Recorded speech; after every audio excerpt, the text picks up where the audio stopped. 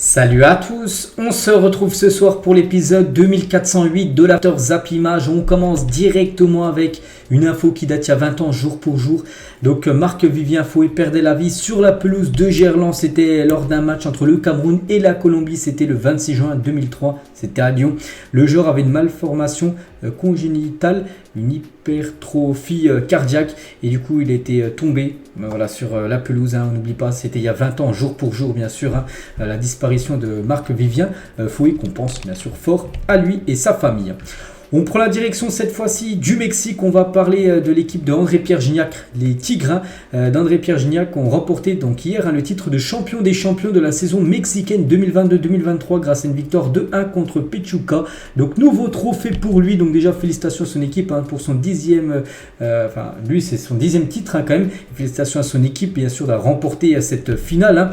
Donc voilà encore un trophée pour André-Pierre Gignac avec les Tigres. C'est vrai que c'est une légende absolue du côté du Mexique, l'ancien joueur de l'OM.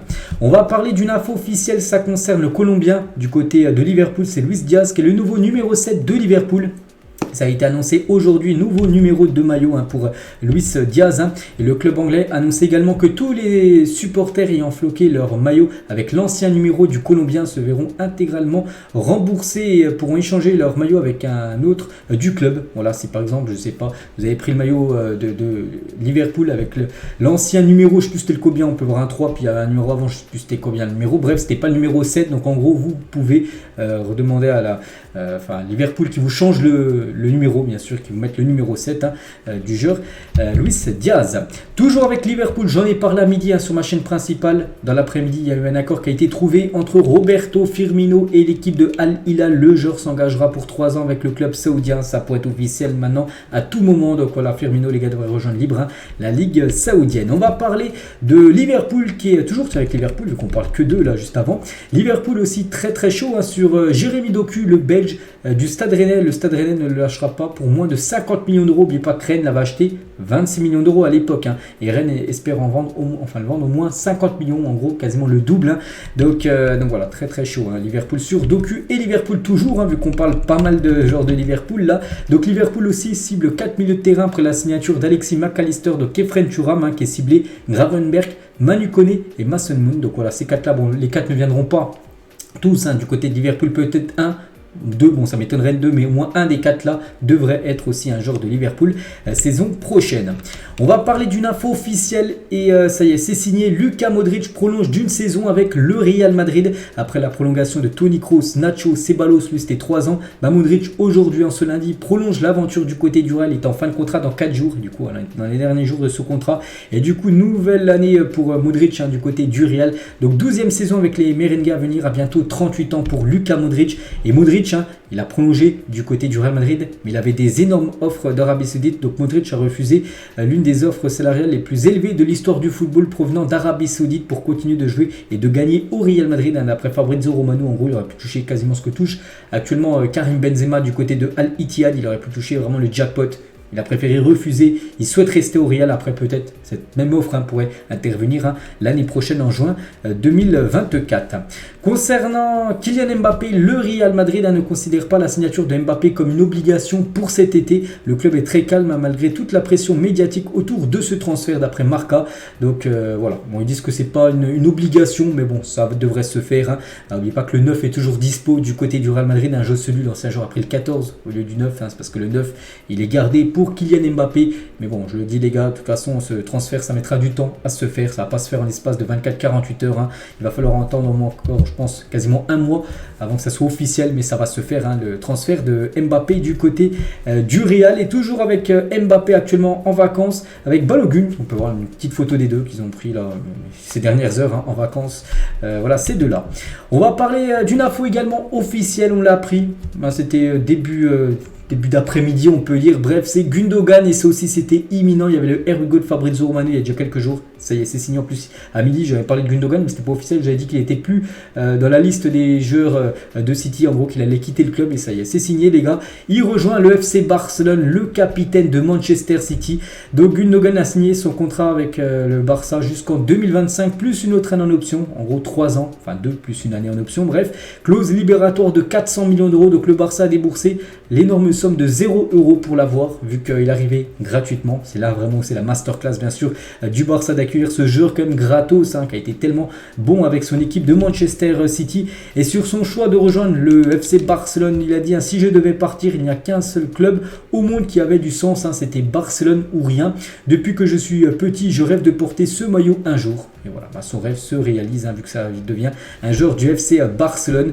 Donc voilà, énorme recrue bien sûr, pour le Barça.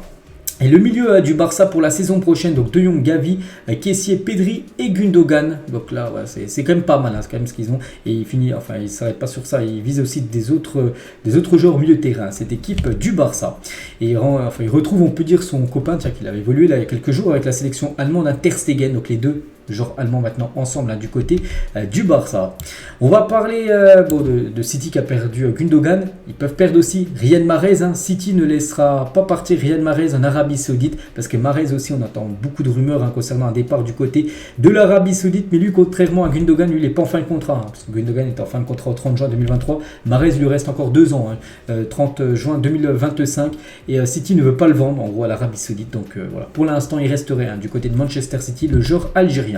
Manchester United pousse pour signer Adrien Rabiot librement cet été, lui aussi, fin de contrat dans 4 jours. Donc soit Manchester United, soit peut-être prolonger avec la Juventus, parce que les deux parties auraient trouvé un accord d'après Carrière dello Sport, un journal sportif italien. Donc là aussi, on en saura très prochainement. Ça sera quoi le futur d'Adrien Rabiot. On va parler de Franck Kessié, a été surpris en train de porter le maillot du Bayern Munich lors d'un match avec ses amis. Donc n'oubliez pas que c'est un joueur du Barça.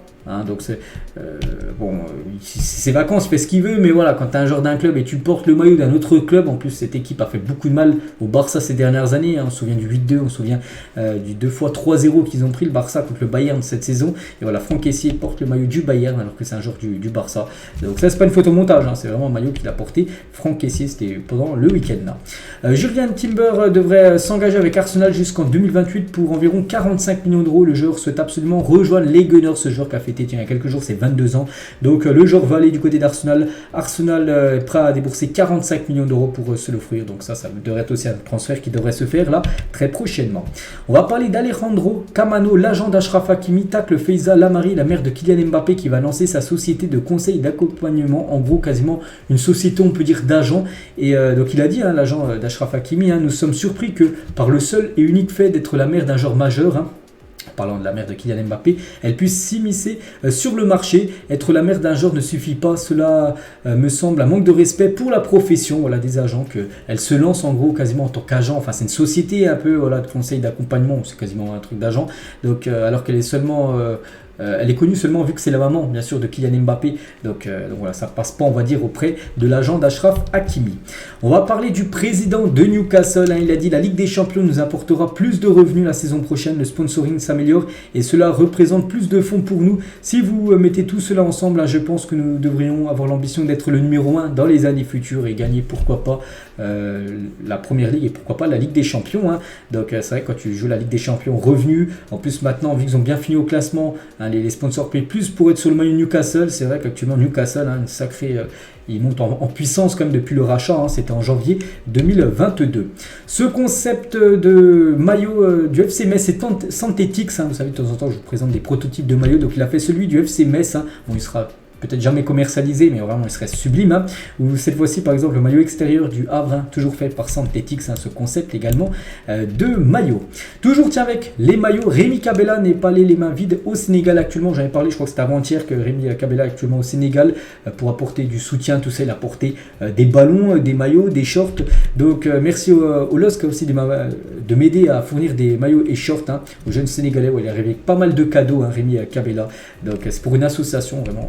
Félicitations bien sûr au joueur lillois qui a fait une grosse saison actuellement, du côté de Lille. On revient, c'était quasiment du jour pour jour, on est le 26 juin, j'ai oublié de le mettre hier, c'était le 25 juin, donc c'était en 2006, il y a 17 ans, quasiment jour pour jour. Le plus de cartons rouges étaient donnés en un seul match de Coupe du Monde, c'était lors de ce Pays-Bas, Portugal. Le Portugal s'est imposé 1-0. Mais regardez tout. Donc Maniche avait été buteur, donc il avait pris un jaune aussi. Mais regardez tous les jaunes et tous les rouges. Donc déjà, ça a fini à 9 contre 9. Hein. Deco, tiens, légende du côté du Portugal, avait maintenant, il va pratiquement devenir un directeur sportif du Barça. Il avait pris double rouge, enfin double jaune plutôt, 73, 78e. Et du coup, carton rouge. Hein. C'est vrai que quasiment tout le monde avait pris un jaune, voire des rouges. Donc voilà, c'était un match avec beaucoup de fautes. Hein. C'est le match en Coupe du Monde qui a eu le plus de cartons dans l'histoire des Coupes du Monde. Toujours avec le 25 juin, donc la 25 juin 2006 et 25 juin 2014. Hein. C'était un match entre le Nigeria et l'Argentine. Hein. L'Argentine s'est imposée 3-2, Musa doublé et Messi doublé et Roro buteur côté argentin. Et souvenez-vous, il y a 9 ans, jour pour jour, hein, le goal du Nigeria, Vincent Enyama avait touché Léo Messi pour savoir s'il était bien réel. Hein. Donc voilà, c'était il y a 9 ans, jour pour jour. On revient cette fois-ci, c'était en 2007, c'était il y a 16 ans, jour pour jour. Et Thierry Henry signait du côté du FC Barcelone, donc il a joué plus de 121 matchs du côté du Barça, 49 buts, 27 passes, il a remporté la LDC, 2 fois la Coupe du Monde des clubs, 2 Ligas, 2 Super Coupes, UEFA, une Coupe du Roi, une Super Coupe d'Espagne, enfin 2 fois la Super Coupe d'Espagne, donc pas mal quand même pour Thierry Henry, donc c'était à 16 ans jour pour jour qu'il rejoignait bien sûr cette équipe. Et voilà, lors de sa première année avec Messi et Eto'o, la triplette, donc vous avez réalisé le triplé, donc Messi 38 buts, 19 passes D, Henry 26 buts, 11 passes D et Eto'o 36 buts et 8 passes D, hein, ce trio d'attaque, hein. Messi, Eto'o, Henry, c'était exceptionnel. Et on finit les gars cet épisode avec une question: quelle est l'humiliation la plus incroyable en Ligue 1 ces dernières années? Est-ce que c'est le Lille PSG 5-1 pour Lille, le PSG Guingamp, c'était en 19 janvier en 2019, 9-0 pour le PSG, le Brest Montpellier 7-0 pour Montpellier, tiens c'était le 28 août 2022, c'était la saison dernière, ou par exemple le PSG Lille, hein, le 7-1, donc je partirais sur le plus gros score, hein, pour moi c'est 9-0 hein, du Paris Saint-Germain contre l'équipe de l'en avant de Guingamp. Donc Mbappé a mis un triplé, Neymar doublé et Cavani avait également mis un triplé lors de cette rencontre. On finit sur ça les gars, j'espère que ça vous a plu cet After Zap Image. On se retrouve demain pareil, hein, aux alentours des 17h pour le prochain After Zap Image. Bonne journée à vous et à demain.